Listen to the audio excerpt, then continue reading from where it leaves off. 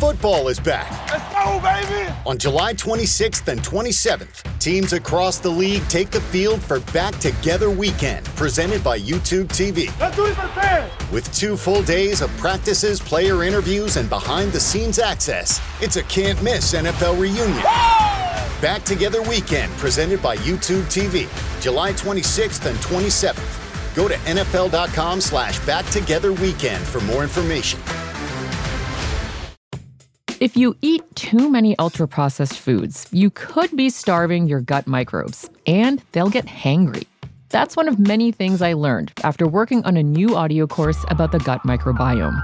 You can learn how to keep your gut happy by listening to Try This from The Washington Post. I'm Christina Quinn. I host Try This. Dig in with me on practical advice for life's common challenges.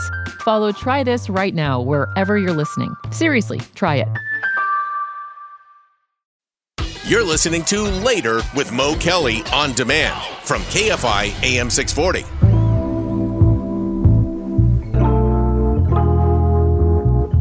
KFI AM 640 is Later with Mo Kelly. We're live on YouTube, Instagram, Facebook, and the iHeartRadio app. And if you're on the YouTube video simulcast portion, the Momigos, the people who hang out there in the Motown chat, they are having a very spirited conversation about places that they will or will not eat relative to their own personal views. And we were discussing this last segment, last hour. I leave it up to people to decide. I don't want people to tell me, hey, you shouldn't go there because X, Y, and Z.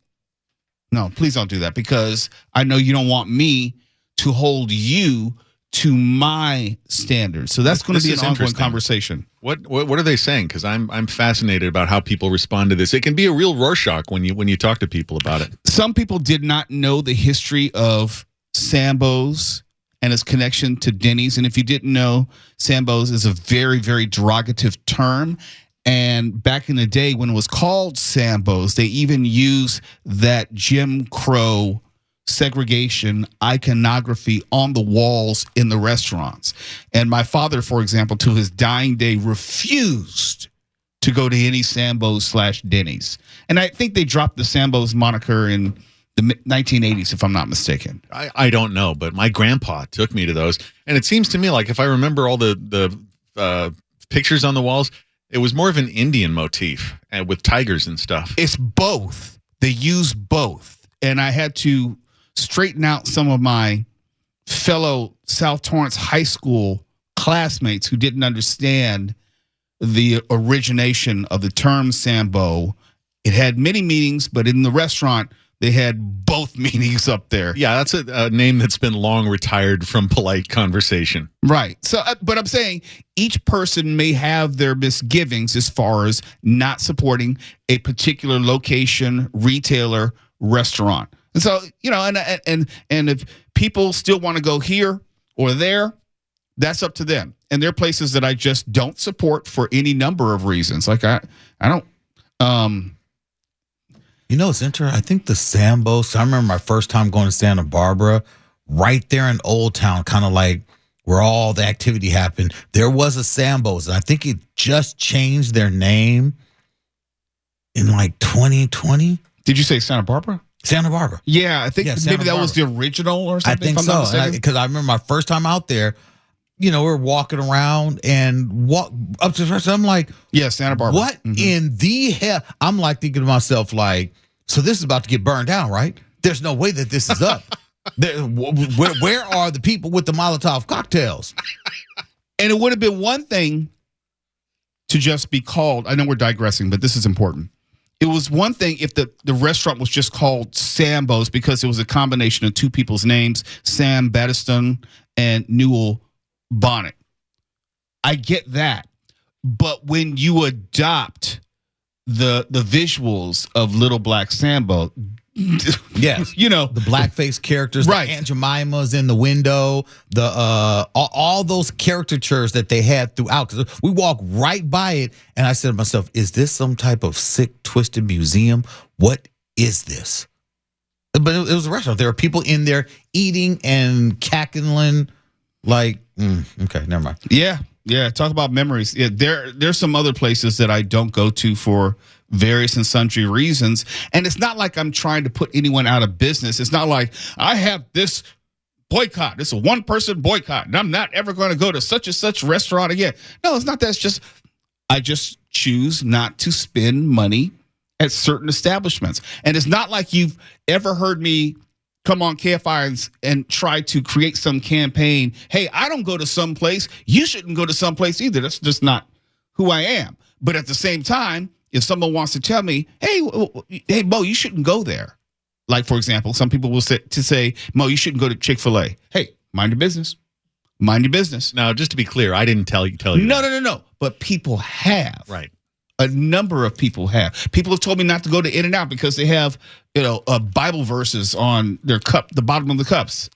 And I wanted to say to them, it's like, as a Christian, mother, father, mind your business. Mind your business. In his holy name, mother, father, mind your business.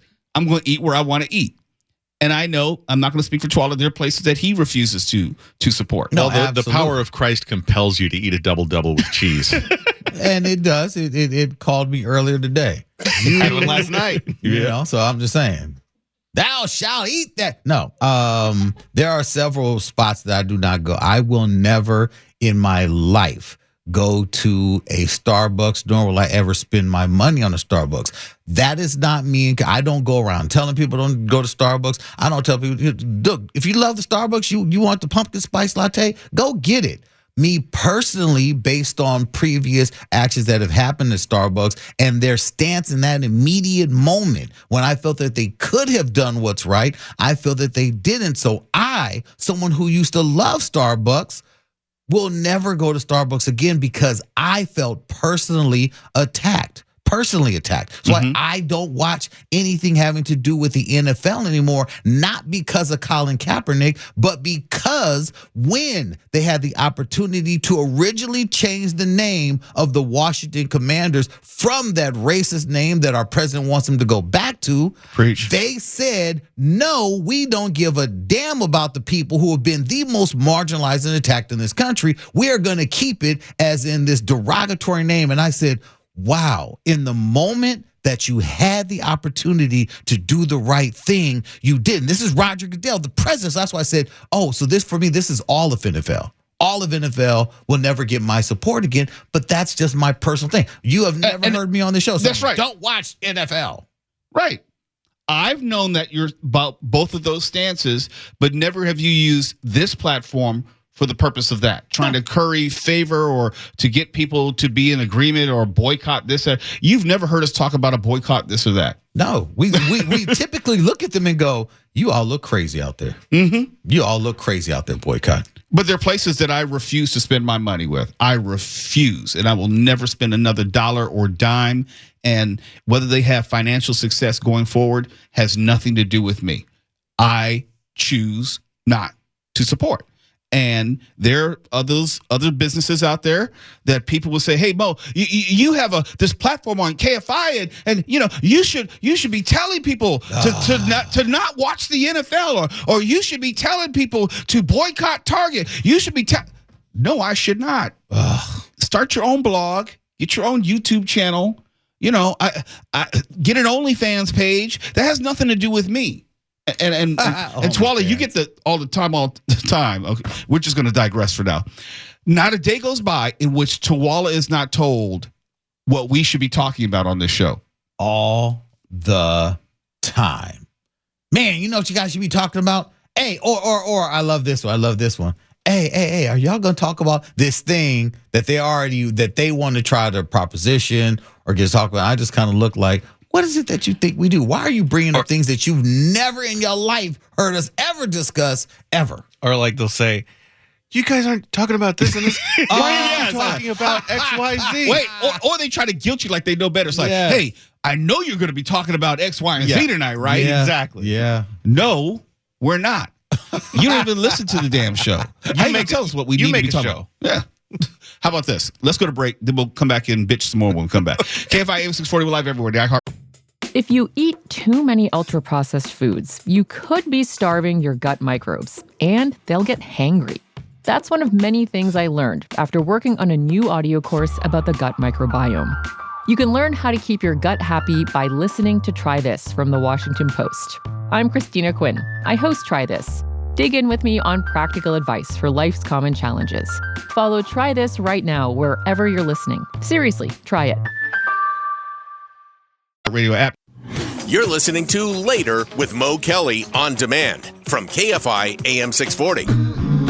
Later with Mo Kelly on KFI AM 640. Live everywhere on the iHeartRadio app. And somehow we ended up here. We're talking about the places that we do support or frequent and the places we don't, or the reasons why. And it's weird how people have no idea who I am. They have no idea who I am. Because I'll see folks on social media or in person, they swear like I am here with some agenda to get you to vote a certain way or to believe a certain thing or to bring reparations. Like, no, you have no idea who I am. It is funny because you will tell me stuff that you swear I said that I've never uttered. Not personally, not privately, not publicly. I showed you a note like a couple weeks ago, Tuala, from a guy who swore I said that, and I talked supposedly about everyone's political preference on KFI. Yep. They rather Mo, you said so-and-so was this, right? You said so-and-so was left. You said so-and-so was right down the middle. I don't understand how you think about it that way, because we all know that so-and-so is far right and so-and-so is left, and you're... And I said, I have no idea what station or show you listen to, because that sure as hell was not me. Not part of the conversation at all. It was actually almost insane to read. And as a rule, I stay out of other people's shows. Why? Because I want them to stay out of mine. And I'm really going deep here.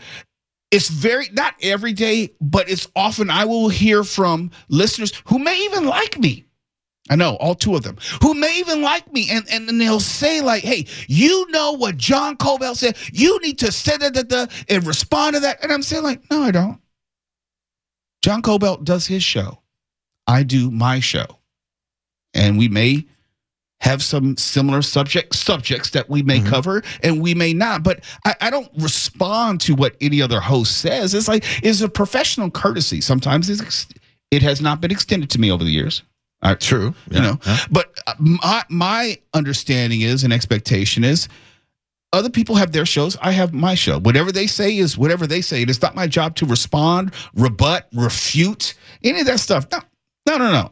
I will talk about, for example, Donald Trump and Jeffrey Epstein.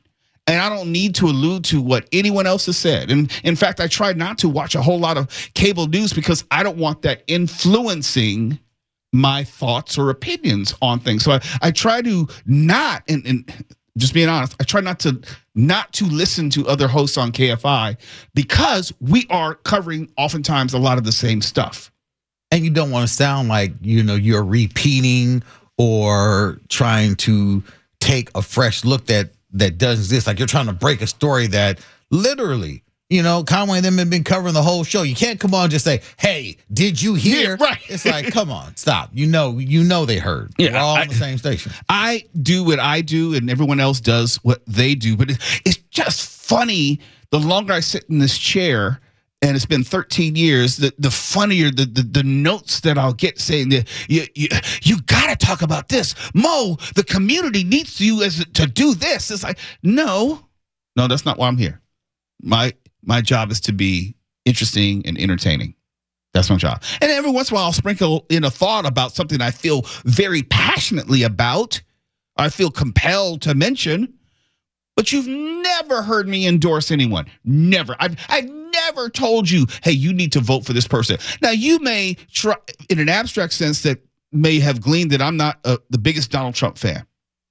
Okay, that's not a secret. But I'm not telling you to vote for anyone. I will talk about the particular issues. I will talk about the things which are maybe of greatest importance across the news landscape. But I'm not trying to get anybody elected. I think that's needing my mic on. I think that's actually reckless for any host, not KFI host. I think any host on radio, even television, who claims to deal in news. I don't care if it's news talk. Even if you're talking about the news, the moment you weigh into what is political and tell your listeners how they should go about a certain thing, well, then to me, you've cheapened what it is that your job is. Your job is to talk about the things that are happening. I don't believe it is our job to tell listeners what they need to do. We should be informing listeners and letting them know that when something is happening, we are going to be there to make sure they know every single thing about it. But we don't tell you to do anything. I love all the people who are telling us, you are telling everyone to go and get vaccinated. No, we have only talked about the reasons why we got vaccinated and the dangers and the things that we saw about what happens when you don't get vaccinated. If you take that as a message to go get vaccinated, okay. But we never say, you know what you need to do right now? You need to go on down to this place, or that place, and get yourself vaccinated. We may have said, hey, if you need to get vaccinated, you can go here. But that is the fine line that we dance as far as giving information and sharing our opinion about a thing. Charger 55 in the chat says, Mo, your opinions are complete opposite of every other host on KFI. If you say so, don't care. Could not care any less. I am not here to mimic anyone else. I am not here to agree with anyone else. My job, as I see it, is to be entertaining and interesting. And I also show my math. You may know how I believe something, or a lot of times you may think I believe something and you just made an assumption. But when I tell you about something I honestly believe, I will show you my math and I'll show you how I came to a conclusion. Not everything is black and white. Not everything is all Republicans. Not everything is all Democrats. The world doesn't work that way. The world is filled with a lot of shades of gray out there. And sometimes in this news media space, people just want to hear, they just want affirmation and confirmation of what they already believe. You want to hear Gavin Newsom is the worst governor in the history of the United States. And that's not what I'm here for. I'm going to say, hey, Gavin Newsom, you're really wrong on this. And you're an idiot on that. But you know what? I can see where you might be right on this. Because that's how real life is. And if that offends you, oh, wait, so bad. Oh well. Oh, well. So if I do not have opinions which are in alignment with anyone else, good. Because there ain't no one else like me. It's Later with Mo Kelly. KFI AM 640. We're live everywhere in the iHeartRadio app. And we're the only one with a YouTube broadcast. Yeah. Then there's that. You're listening to Later with Mo Kelly on demand from KFI AM 640.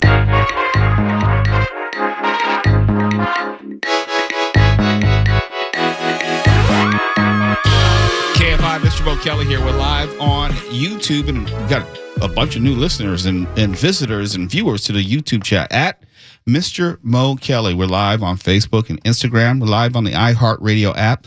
Come join the conversation. And here's something else that I've been, I would say, somewhat vocal on regarding sports and also society. The U.S. Olympic and Paralympic officials have officially barred transgender women from competing in Olympic women's sports. And to be clear, this is the U.S. Olympic and Paralympic Committee. This is not the IOC. In other words, this would only be with respect to American athletes, not any athletes around the world who may participate in the upcoming Olympics.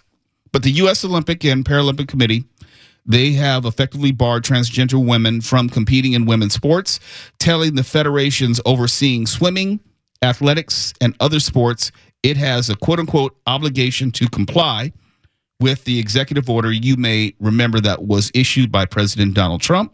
The new policy was announced 2 days ago on Monday, and it was updated on the USOPC's website and confirmed in a letter sent to national sport governing bodies. I agree with this.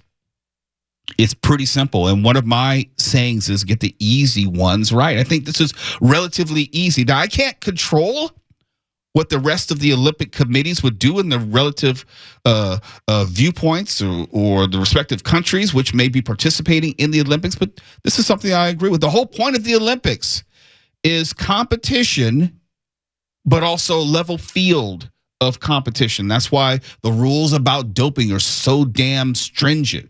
That's why everything is so very particular. It's very easy to get yourself disqualified on the Olympic level. There's so many rules as far as what you can eat, what you can't eat, put in your body, what type of equipment that you're allowed to use. Why would that not also, well, I mean, also the amount of testosterone you can have in your body is also a factor. So as far as Olympic sports and American Olympic athletes, this is something that's pretty easy as far as I'm concerned. Now, does this mean that the world will follow suit? I don't know. People have been, and I'm not saying that just because you're transgender, you're cheating. But I'm saying people have cheated on Olympic levels since the beginning of time, beginning of the Olympics. People are always looking for some sort of advantage. Sometimes physical advantage. Sometimes it's equipment. Sometimes it's doping. But people are always looking for an advantage. And I'm here to say, with no apologies for saying it, that if you are a transgender woman, in other words, someone who was born male, but then has changed their gender to female, which is different from sex. Sex is biological. Gender is a construct. It's how you present yourself. If you're born male and then you decide to present yourself as female, as a trans athlete, and you start participating against biologically female women or girl athletes, you have an inherent physical advantage, a biological advantage. I don't think that's controversial to say. I don't think so. But we live in a world where everything seemingly is controversial, and this should not be one of them. How this plays out going forward, I don't know. I don't know if there will be a legal challenge. I don't know if it will be well received by Olympic athletes. I get the suspicion that they, by and large, would agree with this. If you talk to most Olympic caliber athletes, and I know a handful, and I've interviewed more than a handful, the feeling is if there's not a level playing field, and I am just paraphrasing what most of them have told me, if there's not a level playing field, then what's the point of having the competition? I mean, you have men's sports, you have women's sports, because there is an acknowledgement that there is an inherent physical difference as far as men and women when it comes to levels of competition, regardless of sports. And I love women's sports. I really do. In fact, I prefer women's soccer to men's soccer. I prefer women's tennis to men's tennis. And that's just for an example. It's not about, well, the men can kick the soccer ball harder. It's not about that. I'm just saying how the sport is played. I prefer women's tennis to men's tennis, and I prefer women's soccer to men's soccer. Just for example, I've been a longtime fan of the WNBA, but I'm not of the opinion that WNBA players could compete in the NBA. It is okay to have two separate leagues with respect to sex, which is different from gender. How does this then play out and the upcoming Summer Olympics here in Los Angeles? How does this play out for other countries that may not abide by the same rulings? I know there was a lot of controversy, and forgive me for forgetting her name, but the boxer. Yep. And there's a lot of controversy about the level of testosterone in her system, and it was finally cleared, and they apologized profusely. Yes, she is a woman, not a trans woman, but born a woman. But if this is the case now, and we here in the United States is saying this is no longer acceptable, but if, say, in Russia, in Eastern Europe, in Norway, wherever, if they're sitting athletes and they're like, well, it's okay for us, how then are the gold, silver, and bronze medals going to be handed out? How does that factor? Yeah, it's a great question, and I can't answer it because we don't know what other countries are going to try to do as far as playing fast and loose. I can't remember, but I think the IOC does have a similar rule, the International Olympic Committee, as far as who can participate in the sports. I know there is a testosterone rule, which usually precludes anyone who is trans from participating in the women's sports, just like boxing, for example. But this particular decision only is specific to the United States. And the United States is saying affirmatively in advance, no, you cannot participate. We're not even going to play that game, no pun intended. We're not even going to try to make the argument that a trans woman can compete or qualify for women's events representing the United States. Yeah. You guys are really making me miss all the jokes about the East German women's swim team in the 70s. Well, go on and bring it back, Mark. Go on and bring it back. I mean, no. It really wasn't a joke. It was not even just East Germany. It was China and some other countries where they were so obviously doped. I mean, Mark, the floor is yours. No, I think just look up. If you don't know the subject, just Google East German women's swim team, specifically East German, and then look at the photos. Yeah, and that's part of the reason, though, to be serious, why there is a testosterone limit because of the East German bloc, the swimmers and some other athletes. I know it was like Chinese.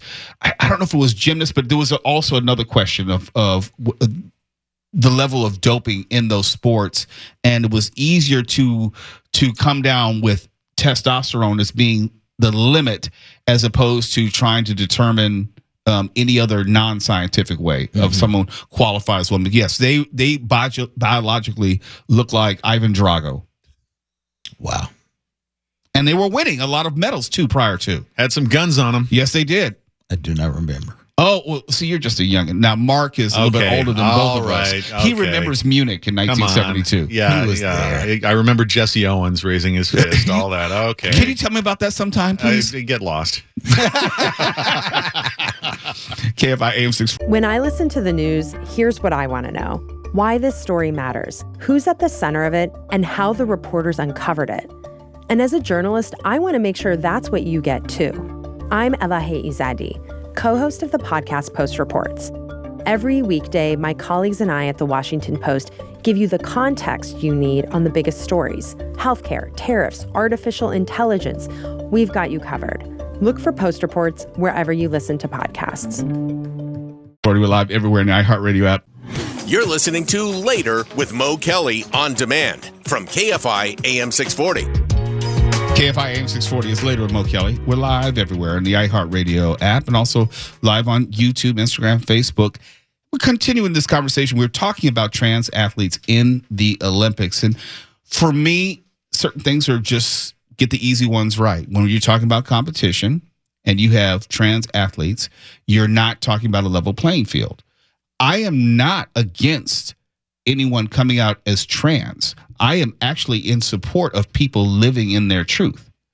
But how you were born biologically, as in sex, is not the same as gender, how you present yourself. How you wish to live personally, by all means. And I am a firm believer of find your happiness as soon as possible and dwell in it. And if that means that you happen to be gay, if you happen to be trans, if you love someone who may not be the same color as you, find your happy as soon as possible and stay right there. But it does not mean that the whole world is going to be open arms and embrace you. And that's the unfortunate reality. And there are also things which I don't think they should open the arms and fully embrace. And I want to slow down so you really hear and understand what I'm saying. When we're talking about competition, everything has to be equal. That's the whole point of competition. That's why there are weight classes in boxing. That's why there are rules to sports. Why you can't do what you want in cycling. You just can't do what you want in weightlifting. There are rules which govern these sports. Why? Because they want it to be at least where each individual participant has an equal chance at winning, or at least no one is given an unfair advantage. It's just that simple. And if you're talking about someone who biologically would have a natural advantage due to genetics, then you cannot allow that person to compete in a division, like it could be a weight class, or a sport, or a portion of competition where they would have that physical advantage. It's just that simple. I don't know why people want to make it complicated now. And the most often refrain that I hear or response or pushback is, well, that's discrimination. No. You are not being, quote unquote, disadvantaged because you're trans. You're trying to maintain a level playing field because it's a sporting event. No one is saying that you cannot live in your truth, but sports is completely and irrevocably different. Now, to that point, and I think some of the conversations I've heard and some of the arguments I've heard are, what then is there for trans women in the world of sports? Are they no longer allowed to compete anywhere? Does there then have to be a trans Olympics? And if so, is that not somehow segregatory, or does it not penalize them for being who they are? Is there going to ever be a time when in the Olympics and they can say, hey, you know what, within male track and field or boxing or basketball, we are okay then, if we are going to say that, no, you're born a man, you have to play as a man, are we then going to be okay with trans women playing against men, boxing against men, taekwondo against men, swimming against men, everything? As it stands, to answer your question, the Olympics is sex related, as in how you were born. Not gender, as far as what you may choose or how you may present. Because gender is arbitrary in most countries. You know, as far as how you may present yourself as a woman in America may be very different from Saudi Arabia and so forth. There's some commonalities, but by and large, it varies. But your sex does not vary from country to country. And yeah, there probably will be a decision made at some point where you'll have a trans woman will probably have to compete against cis men who are people who are born as men, because it's segregated, if you will, by sex, not gender. Okay. And people say, well, they should have their own league. I don't think that, because you're talking about a handful of athletes. To have, if you were to have a transgender division, I think it kind of defeats the purpose, because we're talking about the physical attributes, which makes it a level playing field. Someone who's trans is not disadvantaged. A trans woman is not physically disadvantaged against a man. Not on a biological level. We're not talking about someone who is producing less testosterone, with the exception of someone who's taking medicine to suppress it, or taking estrogen or something like that. Yeah. But by and large, we're still talking about the same physiology. That's the point I'm trying to make. The same physiology. Now, does the Olympics see itself as a place where it's going to have a specific lane for trans people? I don't know. I don't know the numbers, if it would even require that at this point. If you're talking about a number of athletes from each country, you got to remember, there, just to have a sport in the Olympics, there have to be a certain number of countries which actually play that sport or participate in that sport. And then you have to have, there are even fewer which both have a men's and women's component. And then you want to even have a much smaller pool of athletes who happen to be trans. I don't know if that's sustainable on any level when it comes to the Olympics as of yet. Will that be different 30, 40 years from now? Possibly, but not now. If you know how Olympic sports are actually chosen and what is required for there has to be enough Olympic representation in the first place. And we look at trans athletes here in the United States, and I think we are most liberal, small L, when it comes to trans with respect to the rest of the world.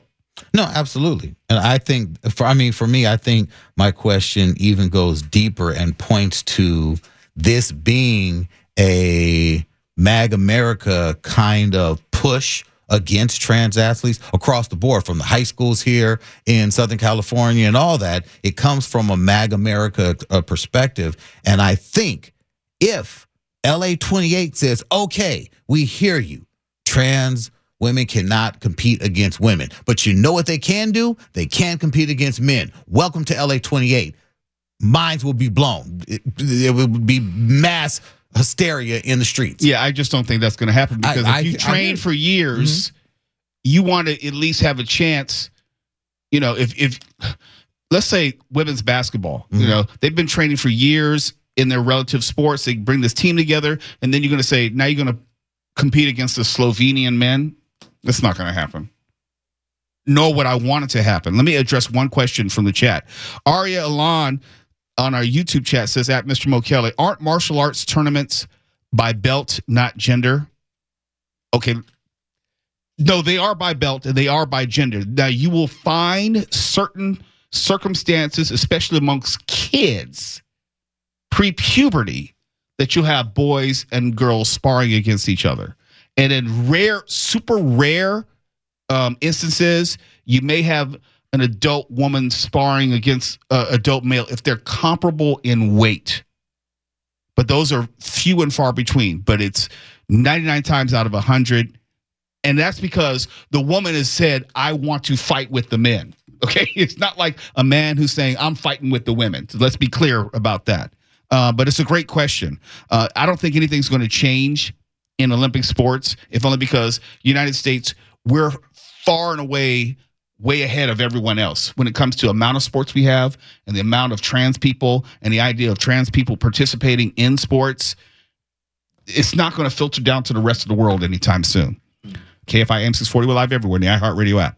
KFI and KOST HD2, Los Angeles, Orange County. More stimulating talk.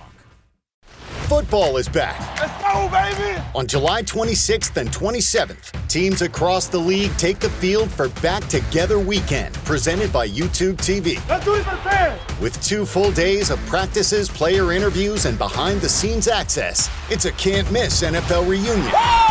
Back Together Weekend, presented by YouTube TV, July 26th and 27th. Go to NFL.com/BackTogetherWeekend for more information.